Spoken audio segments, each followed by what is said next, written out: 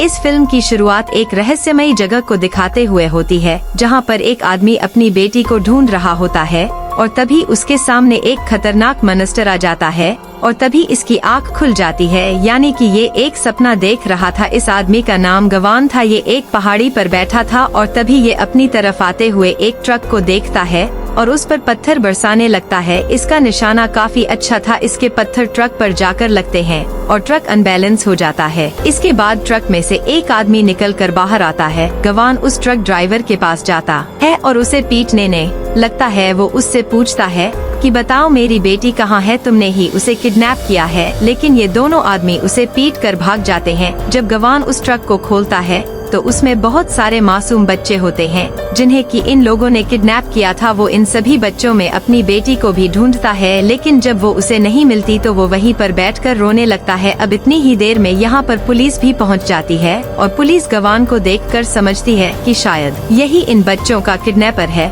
जिसके बाद पुलिस उसे अपने साथ ले जाती है। इसके बाद हमें गवान की पास्ट लाइफ के बारे में बताया जाता है, जब गवान का भी एक खुशहाल परिवार था। इसकी 5 साल की एक बेटी थी, लेकिन आज 6 साल हो गए हैं क्योंकि उसे कोई किडनैप करके ले गया था। और अक्सर गवान को एक ऐसा ख्वाब आता है जिसमें उसकी बेटी एक खौफनाक से डार्क शहर में कैद है। इसके बाद हमें प्रेजेंट में गवान को एक पेट्रोल पंप पर उसी पुलिस की कार में दिखाया जाता है। तभी वहाँ पर एक कार आकर रुकती है और उसमें बैठी लड़की गवान से कहती है कि जल्दी से इस कार में आकर बैठ जाओ। और फिर गवान जल्दी से छुपकर उस गाड़ी में जाकर बैठ जाता है। वो लड़की गवान से कहती है कि मैं तुम्हारे बारे में सब कुछ जानती हूँ। तुम्हारे ख्वाब के बारे में भी इस लड़की का नाम लिंक होता है। और वो गवान से कहती है कि तुम्हारी बेटी को ढूंढने में मैं तुम्हारी मदद करूंगी, लेकिन बदले में तुम्हें भी मेरा एक काम करना होगा। वो उसे एक जगह पर लेकर आती है जहां पर टीवी में एक आदमी लाइव आ रहा था और वो आदमी यहां पर नोबेल की एक स्टोरी सुना रहा था। उस स्टोरी में हम एक वॉरियर को देखते हैं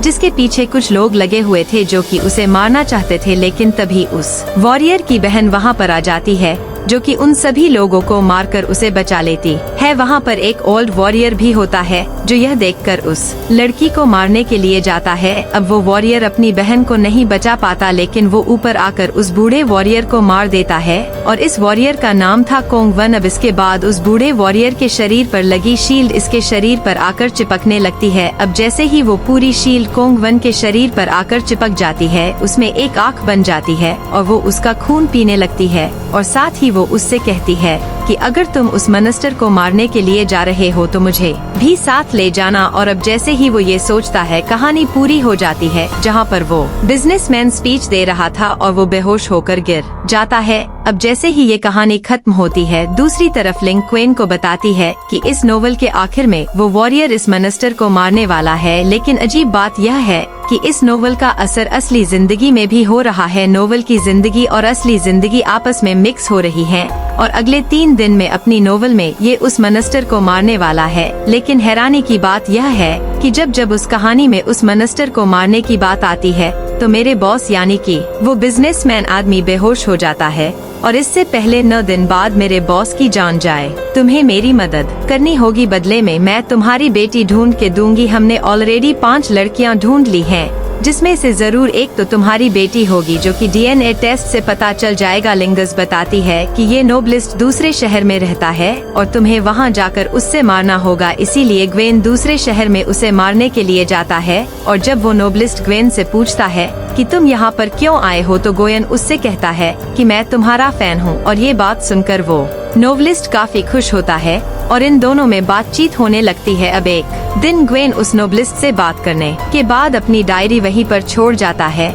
जिसमें उसने अपने ख्वाब के बारे में लिखा था। जब नोवेलिस्ट उसकी वो डायरी पढ़ता है तो उसे उसकी कहानी काफी अच्छी लगती है और वो सोचता है कि मैं ये कहानी अपनी नोवेल में भी ऐड करूँगा। अब वो अपनी कहानी जारी रखता है कि किंग वन वॉरियर उस मॉन्स्टर को मारने के लिए उसकी तलाश में निकल पड़ा है। दरअसल जब वो मॉन्स्टर था वो एक किंगडम का राजा था और जब किंग वन वहाँ पर पहुँचता है तो वहाँ पर एक फेस्टिवल हो रहा था। किंग वन के शील्ड पर लगी वो आँख उसे बताती है कि पहले इस किंगडम का राजा कोई और हुआ करता था और यह यहाँ का सोल्जर हुआ करता था, लेकिन इसने ब्लैक मैजिक करके उस राजा को मार दिया और खुद राजा बन गया। अब ये मनिस्टर राजा दूसरे किंगडम पर भी अटैक करने वाला था और इसीलिए ये उस दूसरे किंगडम पर जाकर अटैक कर देता है। वहाँ के सभी लोगों को मारकर वहाँ पर आग लगा देते हैं। ये पूरे के पूरे शहर लूट लेते हैं और अब हर जगह कर्फ्यू लग जाता है कि कोई भी लोग अपने घरों से बाहर ना निकले, इसलिए सभी लोग अपने अपने घरों में चले जाते हैं। अब सीन असली दुनिया में दिखाया जाता है, जहाँ पर गवान उसी नोबलिस्ट के शहर में होता है। वो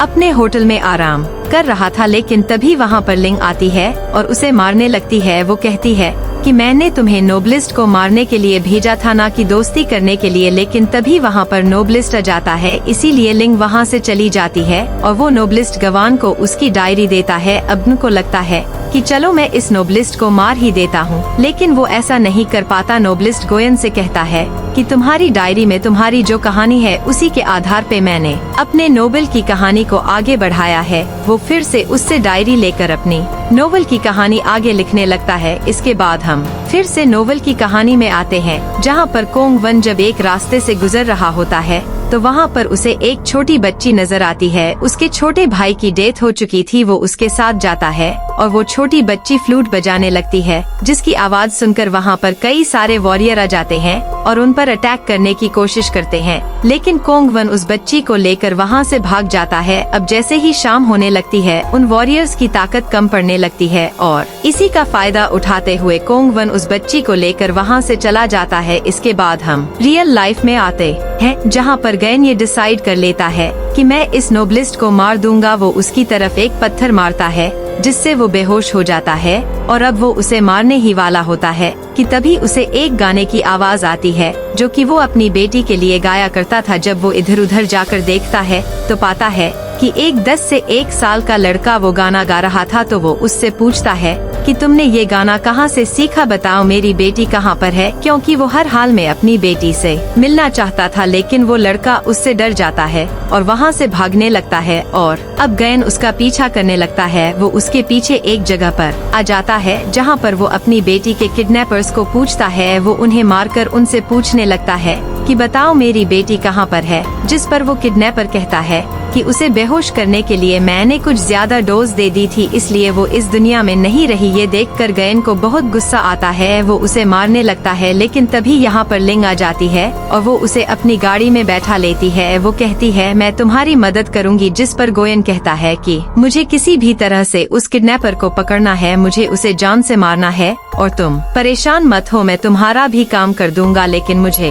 उसे मारना ही है। ये सारी बातें लिंग का बॉस भी सुन रहा होता है। वह उससे आकर कहता है कि अगर मेरी मजबूरी ना होती तो मैं ये काम करने के लिए तुमसे कभी ना कहता। लिंग काफी उदास हो जाती है, क्योंकि वो अपने बॉस को अपना पिता मानती थी, क्योंकि वो उनकी मदद करना चाहती थी। दूसरी तरफ हम नोबल में कोंग वेन और उस बच्ची को देखते हैं। वो शहर की गली से गुजर रहे थे, जहाँ पर हर तरफ डेड बॉडीज पड़ी थी। यहाँ पर कुछ लोग उन पर अटैक करने लगते हैं कि तभी कोंग वन की बॉडी पर लगी शील्ड बाहर आ जाती है। वो आग वाली शील्ड अब एक क्रीचर में बदल जाती है और उन लोगों पर अटैक करके उन्हें मार देती है। और ऐसा करने के बाद कोंग वन दोबारा से नॉर्मल हो जाता है। दूसरी तरफ वो नोवेलिस्ट काफी जख्मी होता है। वो गोहन से कहता है कि मैं नहीं जानता कि मुझ पर किसने अटैक किया है। साथ ही वो गोहन को ये भी बताता है कि मैंने अपनी नोवेल में तुम्हारा और तुम्हारी बेटी का भी जिक्र किया है। नोवेल में कोंग वन जिस बच्ची के साथ है वो तुम्हारी ही बेटी है, जो कि अपने पेरेंट्स को ढूंढ रही है और जो वॉरियर उन पर अटैक करने के लिए आया था वो सिर्फ अटैक करने नहीं बल्कि अपनी बेटी को बचाने के लिए आया था। वो तुम्हारा कैरेक्टर है, क्योंकि तुम दोनों के चेहरे पर एक जैसा निशान है। ग्वेन नोबलिस्ट से कहता है कि क्या तुम प्लीज जल्द से जल्द अपनी नोबल को खत्म कर सकते हो, ताकि मैं अपनी बेटी को ढूंढ सकूं, क्योंकि तुम्हारा नोबल असल जिंदगी से मिलता जुलता है। इसके बाद ये दोनों अपने घर आ जाते हैं तो गोयन देखता है कि नोबलिस्ट के घर में लिन के बॉस की पिक्चर है। नोबलिस्ट कहता है कि यह आदमी और मेरे फादर दोस्त हुआ करते थे, लेकिन मेरे फादर की रहस्यमय ही तरह से डेथ हो गई। लिंग भी ये सारी बातें सुन रही थी।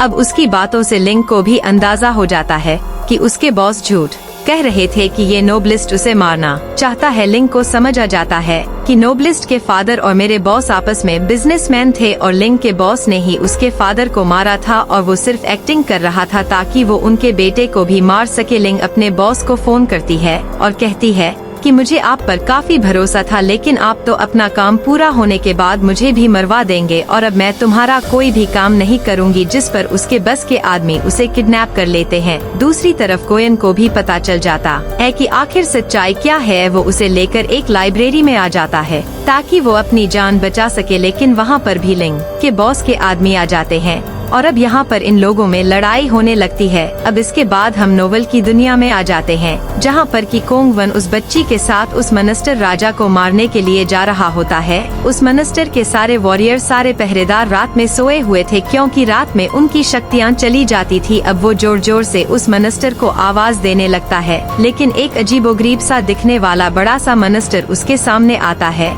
जिसकी शक्ल दिखने में काफी अजीब सी थी। वो कोंग वन को बताता है कि तुम मेरे दोस्त के बेटे हो। मैंने तुम्हारे पिता को तो बहुत पहले ही मार दिया था। मैंने तुम्हें और तुम्हारी बहन को मारने के लिए भी अपने आदमियों को भेजा था, लेकिन तुम किसी तरह से बच गए और वो मनस्टर फिर से एक बार इस पर अटैक कर देता है। अब इन दोनों में फिर से लड़ाई होने लगती है और कोंग वन के शरीर पर लगी वो शील्ड भी अलग होकर उस मनस्टर से लड़ने लगती है। ये मनस्टर काफी ताकतवर था, ये शील्ड को तबाह कर देता है और अब कोंग वन से लड़ने के लिए उसकी तरफ जाता है, लेकिन वो छोटी बच्ची फ्लोट बजाने लगती है ताकि उसका ध्यान बटा सके। ये देखकर उस मनस्टर को काफी गुस्सा आता है और उसके पेट में से कुछ टेंटिकल निकलते हैं जो कि उस बच्ची को खींचकर अपने अंदर ले जाते हैं। लेकिन अब असली दुनिया में हम देखते हैं कि उस नोबलिस्ट पर किसी ने अटैक कर दिया है और उसकी कहानी यहाँ पर अधूरी रह गई है। लिंग भी खुद को किसी तरह से बचाकर इनकी मदद करने के लिए यहाँ आ जाती है। इसके बाद ये लोग नोवलिस्ट को हॉस्पिटल में लेकर जाते हैं, जहाँ पर लिंग का बॉस भी इस बात को मान लेता है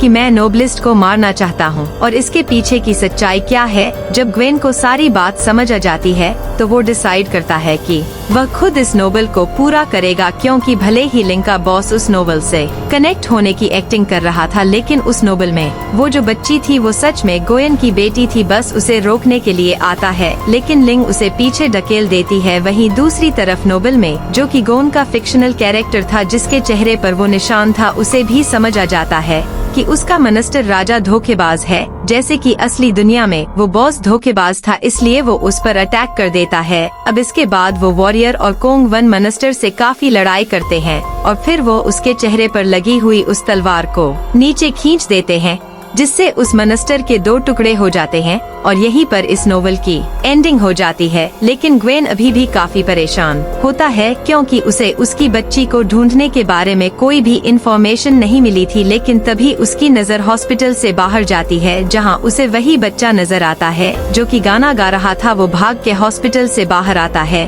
और उसके पीछे लिंग भी आती है। उसे ऐसा लगने लगता है कि ये उसी की बेटी है और वह वही गाना गाने लगता है जो वो अपनी बेटी के लिए गाता था। और जब उसकी बेटी ये गाना सुनती है तो वो फौरन पीछे मुड़ती है, क्योंकि वो समझ गई थी कि ये गाना उसके फादर गा रहे हैं।